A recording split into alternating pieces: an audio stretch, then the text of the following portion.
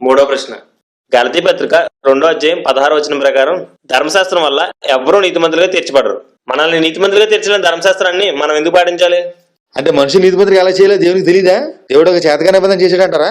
దేవుడు ధర్మశాస్త్రాన్ని ఇచ్చింది మనుషుల్ని నీతిమంతులుగా చేయడానికి కాదు, మనుషుల్ని నీతిమంతులుగా చేయగల క్రీస్తునందుకు నడిపించడానికి. అందుకే ఇది మనుషుల్ని నీతిమంతులుగా చేయలేకపోయింది. ఆది నుండి ఉన్న ధర్మశాస్త్రాన్ని చేతగాదన్న గౌరవయ్యా. నేను ధర్మశాస్త్రాన్ని అవమానించట్లేదు. దేవుడు ధర్మశాస్త్రాన్ని ఇచ్చింది మనుషుల్ని నీతిమంతులుగా చేయడానికి కాదు అని చెప్తున్నాను. ధర్మశాస్త్రం ఎందుకు వచ్చిందో అది దాని పని పూర్తి చేసింది. అవును, ధర్మశాస్త్రం మోసే ద్వారా వస్తే ఆది నుంచి ఉందంటున్నారేంటి?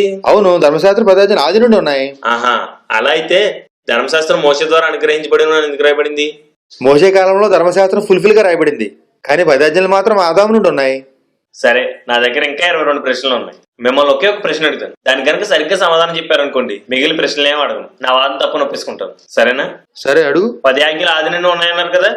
ఆదాము నుండి మోసే కాలం లోపల విశ్రాంతి దినాన్ని పాటించడం ఒక్కడైనా చూపించండి. కనీసం ఒక్కరోజైనా విశ్రాంతి దినాన్ని పాటించినట్టు మీరు చూపిస్తే నేను మీ చర్చకు వచ్చేస్తాను.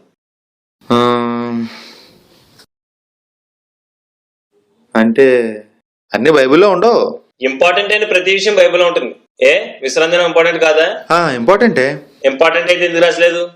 ఆదాము తర్వాత 7వ వాడైన హానోకు ఒక గ్రంథం రాశాడు. మీకు అంత నాలెడ్జ్ లేదు కాబట్టి దాని గురించి మీకు తెలియదు. అందులో విశ్రాంతి దినం గురించి ఉంది. హానో గ్రంథం నా దగ్గర ఉంది.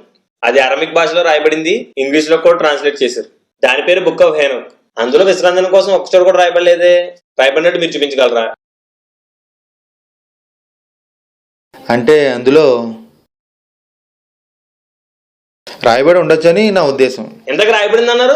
ఇప్పుడు రాయబడి ఉండొచ్చు అన్నారు. అంటే తెలుగులో దొరికితే మీ ఇష్టం చెప్పేస్తారా?